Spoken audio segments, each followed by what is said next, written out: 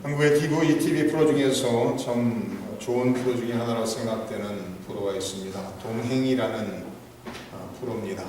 이 프로는 한국의 가난 속에서 어렵게 사는 가정들을 소개하는 내용입니다. 가난하지만 꿋꿋하게 열심히 자기에게 주어진 삶을 살아가는 그런 가정들을 소개하는 그런 내용입니다. 지난주에 다뤘던 가정은 세 부자에 대한 내용이었습니다. 아버지와 두 아들, 중학생 나이의 두 아들과 함께 사는 아주 가난한 가정에 대한 내용입니다. 아이들의 엄마는 아마 아이들이 어렸을 때 세상을 떠나고 아버지가 혼자서 두 아들들을 키우고 있었습니다. 두 아들을 키우는데 청각장애자로서 듣지 못하고 말하지 못하는, 그리고 눈도 한쪽은 이미 실명한 상태고 한 눈을 가지고서 열심히 일을 해서 두 아들들을 양육하는 분이었습니다. 그래서 이런 쌀이라든지 이런 콩이라든지 이런 것을 튀겨주는, 뻥튀기를 튀겨주는 그런 일을 하시면서 열심히 아이들을 양육하는 분이었습니다.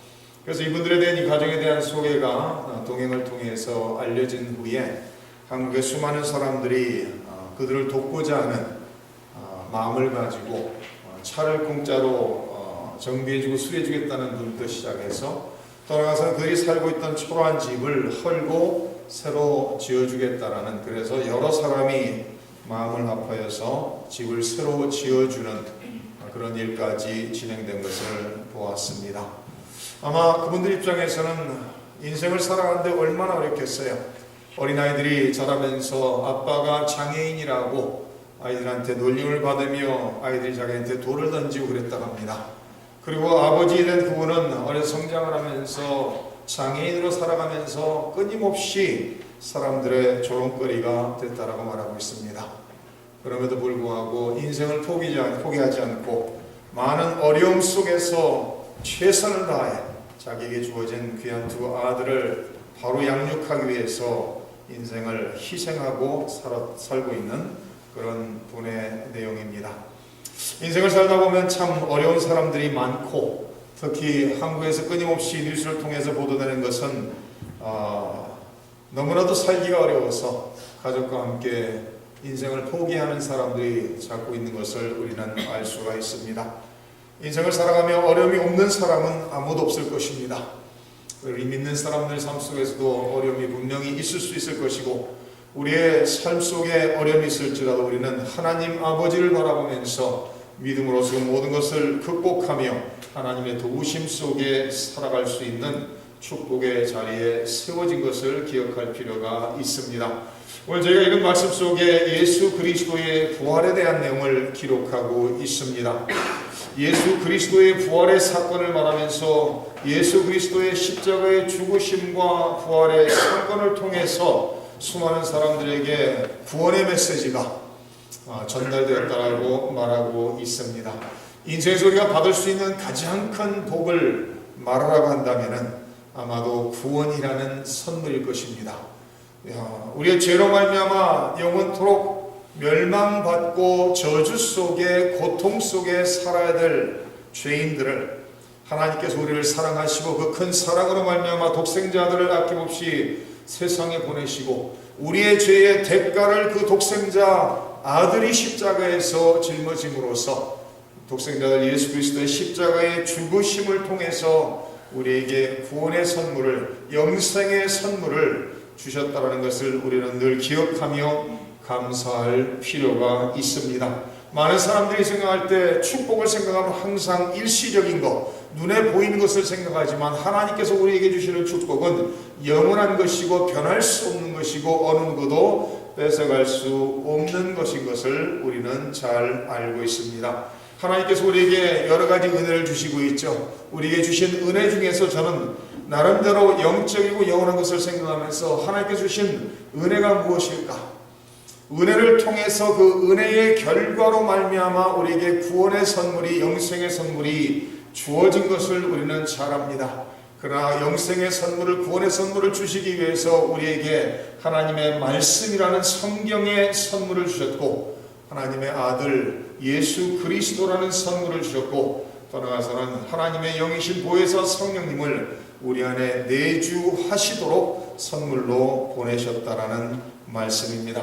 15장 1절 말씀을 이렇게 기록합니다. 형제들아, 내가 너에게 전한 복음을 너에게 알게 하노니 이는 너희가 받은 것이요 또 그 가운데 선 것이라. 너희가 만일 내가 전한 이 말을 굳게 지키고 헛되이 믿지 아니하였으면 그로 말미암아 구원을 받으리라. 내가 받은 것을 먼저 너희에게 전하였노니 이는 성경대로 그리스도께서 우리 죄를 위하여 죽으시고 장사 지낸 바 되셨다가 성경대로 사흘 만에 다시 살아나셨다라고 기록합니다. 사도 바울은 하나님께 자기가 받은 그 은혜, 구원의 선물을 많은 사람들에게 전하였다라고 말하면서 그 구원의 복음의 메시지가 바로 예수 그리스도라는 것을 말하고 있습니다. 바로 예수 그리스도께서는 우리를 위해서 성경대로 우리 죄를 위해서 죽으시고, 죽으신 후에 3일 후에 성경대로 예수님께서는 살아나셨다라고 기록하고 있습니다. 많은 사람들이 생활과 어렵다라고 말하면서 삶을 포기하는 사람들이 있습니다. 오늘 아침에도 일어나서 인터넷 뉴스를 잠깐 보니까 이 뉴욕에 있는 해리슨이라는 지역에서 경찰로 20몇 년을 일을 하다가 최근에 은퇴하신 분이 자기의 두 딸을 살해하고 자살한 사건이 어제 오후에 있었다라는 뉴스가 나왔습니다. 우리의 주어진 인생은 열심히 살아도 긴 인생이 아닌데, 수많은 사람들이 인생의 여러 가지 문제와 어려움을 말하면서 인생을 마감하는 그런 일들이, 안타까운 뉴스들이 우리에게 들려지는 것을 알 수가 있습니다. 예수님께서 이 세상에 태어나실 때부터 십자가를 위해서 태어나셨다는 거예요. 우리 예수님께서는 십자가를 지시기 위해서 이 세상에 태어나셨다라고 성경은 가르치고 있습니다. 그래서 예수님의 탄생으로부터 시작해서 예수님의 삶 전체가 오직 십자가를 향해 나아가고 있는 삶인 것을 우리는 알 수가 있습니다. 그래서 예수님께서 공생애를 마무리 지는 마지막 단계에서 겟세마네라는 곳에서 하나님 아버지 앞에서 간절히 기도하는 내용을 마태복음 26장에 기록하고 있습니다.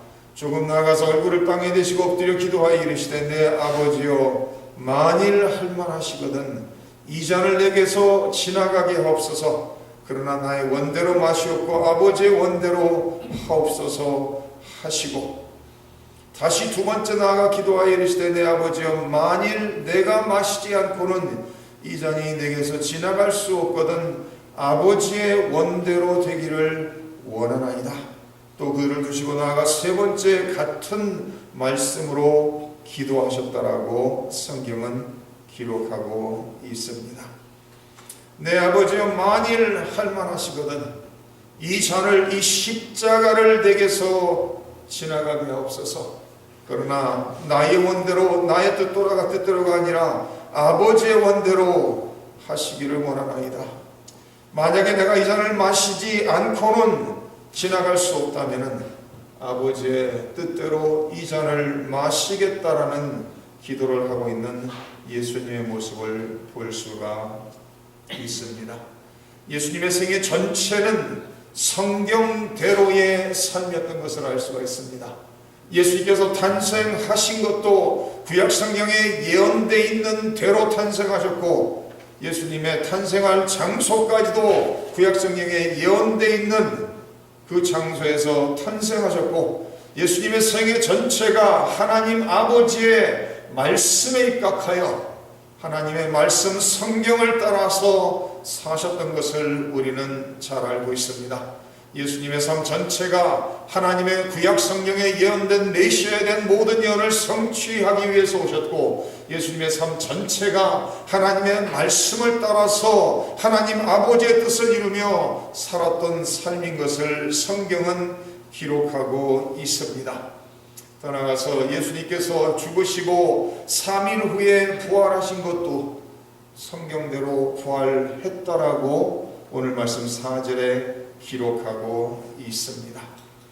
예수님께서는 이 세상에 계실 때 공생의 기간 동안 제자들에게 잡히시고 십자가에 죽으시기 전에 여러 번 반복해서 예수님이 당하실 고난에 대해서, 십자가의 죽으심에 대해서, 예수님의 죽으신 후에 부활하실 것에 대해서 여러 번 제자들에게 예언했던 것을 성경은 기록하고 있습니다.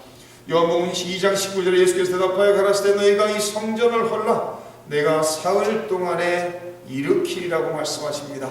예수님의 이 가르침의 말씀을, 예수님의 부활 사건을 목격한 제자들이 이 말씀이 바로 자신의 몸을 가지고 말하셨던 것을 깨닫게 되는 것을 알 수가 있습니다. 마태복음 16장에서 이때로부터 예수 그리스도께서 자기가 예루살렘에 올라가 장로들과 대제사장들과 서기관들에게 많은 고난을 받고 죽임을 당하고 제3일에 살아나야 할 것을 제자들에게 비로소 가르치셨다라고 기록하고 있습니다. 마태복음 17장에도 죽임을 당하고 제3일에 살아나리라고 말씀하고 있습니다. 20장에 가서 다시 말합니다. 그를 능욕하며 채찍질하며 십자가에 못 박게 하리니 제3일에 살아날 것이라고 성경은 기록하고 있습니다. 예수님께서는 세상에 오신 것도 성경을 이루기 위해서 오셨고, 예수님의 생애 전체도 하나님의 말씀에 입각하여 말씀을 따라 순종하는 삶이었고, 예수님의 십자가의 죽으신 희생 사건도 바로 하나님의 말씀대로, 하나님의 뜻대로 이루어졌다는 것을 성경은 기록하고 있습니다. 그리고 오늘 말씀 5절에 이렇게 기록합니다. 게바에게 보이시고 후에 12 제자에게와 그 후에 500여 형제에게 일시에 보이셨나니 그 중에 지금까지 대다수는 살아있고 어떤 사람은 잠들었으며 그 후에 야고보에게 보이셨으며 그 후에 모든 사도에게와 맨 나중에 만삭되지 못하여 난 자 같은 내게도 보이셨느니라.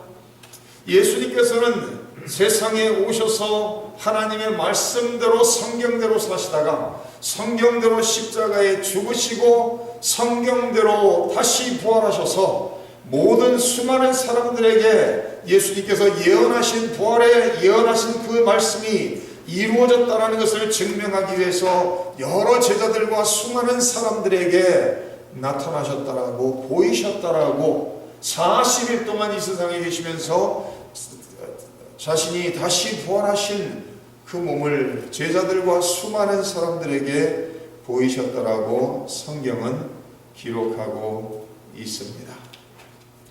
우리 예수님의 삶은 수많은 사람들에게 이 세상에 오셔서 하나님의 말씀을 따라 순종하는 삶, 하나님의 뜻을 따라 십자가에 죽는 삶, 하나님의 뜻을 따라 3일 후에 부활하시는, 더 나아가서는 40일을 세상에 계시면서 수많은 사람들에게 부활하신 자신의 몸을 보이시면서 이 세상에서 하나님 아버지 품으로 돌아가시면서 40일 후에 승천하시면서 다시 우리를 데리러 오실 것이라고 약속하시고 세상을 떠나셨습니다.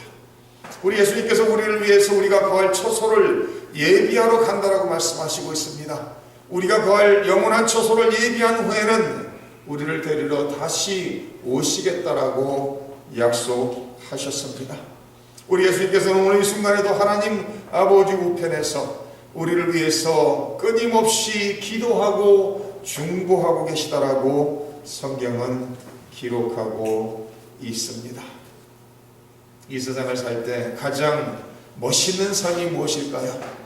이 세상에서 많은 것을 누리고 많은 것을 소유하고 사는 것이 가장 멋있는 삶일까요? 그렇지 않습니다. 예수 믿는 사람들에게는 가장 아름답고 멋있는 삶은 예수님의 삶의 모습처럼 하나님의 말씀대로 성경대로 살아가는 삶이 믿는 자들에게는 가장 위대하고 멋있는 삶일 것입니다. 우리는 성경 안에서 살아야 되며 성경을 따라서 살아야 되며 우리는 하나님의 말씀 안에서 하나님의 뜻 안에서 성경 안에서 하나님께서 우리에게 맡겨주신 사명을 감당하며 살 때 우리를 통해서 하나님께서 영광을 받으실 것입니다. 얼마 전에 제가 아는 목사님의 사모님이 갑작스럽게 세상을 떠났다라는 이야기를 들었습니다. 저보다도 젊으신 목사님이신데 그 사모님이 아마 40한 중반밖에 안 됐어요. 너무나도 멀쩡했고 너무나도 건강한 사람이었습니다. 그런데 느닷없이 세상을 떠났다라는 소식을 들었습니다. 인생이라는 것은 대단히 연약합니다. 하나님이 부르시면 언제라도 어디서라도 갈 수밖에 없는 것이 인생일 것입니다. 그렇다면 우리는 그날까지 살았던 것이 하나님 아버지 앞에서 하나님의 영광을 위해서 살았던 것이 우리의 삶의 가치가 될 것이고 우리의 삶에 남겨놓고 떠날 수 있는 것일 것입니다. 사랑하는 성도님들, 믿는 사람들은 믿는 사람답게 살아야 됩니다. 세상 사람들이 어떻게 산다 한들, 세상 사람들의 기준이 무엇이라 한들 상관없이 우리는 하나님 아버지의 말씀의 기준에 따라서 하나님의 말씀 성경 안에서 우리는 하루하루를 살아야 될 것입니다. 믿는 사람들이 믿는 사람답게, 믿는 사람들이 하나님의 예수님처럼 성경을 따라서 성경대로 살아갈 때 오늘 이 시대에 성도들을 통하여 수많은 사람들에게 도전이 되며 수많은 사람들을 자극할 수 있을 것이고, 하나님의 자녀들이 하나님의 자녀로서 성경대로 살아갈 때 하나님께서 가장 큰 영광을 받으실 것입니다. 우리 성도님들의 삶은 어떻습니까? 무엇을 위해서 살아가고 있습니까? 무엇을 위해서 땀을 흘려 일하고 있습니까? 무엇을 목표로 인생을 살아가고 있습니까? 우리 모두는 다 하나님의 자녀로 부르심을 받아서 하나님 자녀로서 살아가다가 우리의 자녀의 삶 속에 하나님의 아름다운 거룩하심을 나타내며 하나님 아버지의 뜻을 이루어가면서 살다가 하나님이 부르실 때 하나님 품으로 갈 수밖에 없는, 그렇게 살아갈 때 우리는 진정코 인생을 잘 살았다라고 말할 수 있을 것입니다. 주위에 있는 사람들이 우리를 바라보고 있습니다. 우리가 한마디의 말을 하지 않아도 내가 믿는 사람이라는 것을 안다면은 우리의 삶을 바라보고 있습니다. 그들이 바라봤을 때 무엇을 찾을 수 있습니까? 그들이 바라봤을 때 우리를 통해서 무엇을 배울 수가 있습니까? 우리를 바라볼 때 자기들의 삶과 안 믿는 사람들의 삶과 전혀 다를 것이 없다라고 말한다면 우리는 결코 인생을 바로 사는 모습이 아닐 것입니다. 하나님께서는 우리를 통해서 하나님을 보이시기를 원합니다. 우리를 통해서 예수 그리스도의 거룩하심을 보이시기를 원합니다. 저도 이렇게 그리스도인으로 하나님의 종으로 살아가면서 끊임없이 기도하는 것은 나의 삶을 통해서 그리스도의 향기가 나타나게 하옵소서입니다. 나의 삶을 통해서 그리스도의 거룩하신 형상이 묻어나게 하옵소서가 기도드립니다. 우리 주위에 있는 많은 사람들이 우리를 바라보면서 눈으로 볼 수 있는 복음을 만날 수 있기를 바랍니다.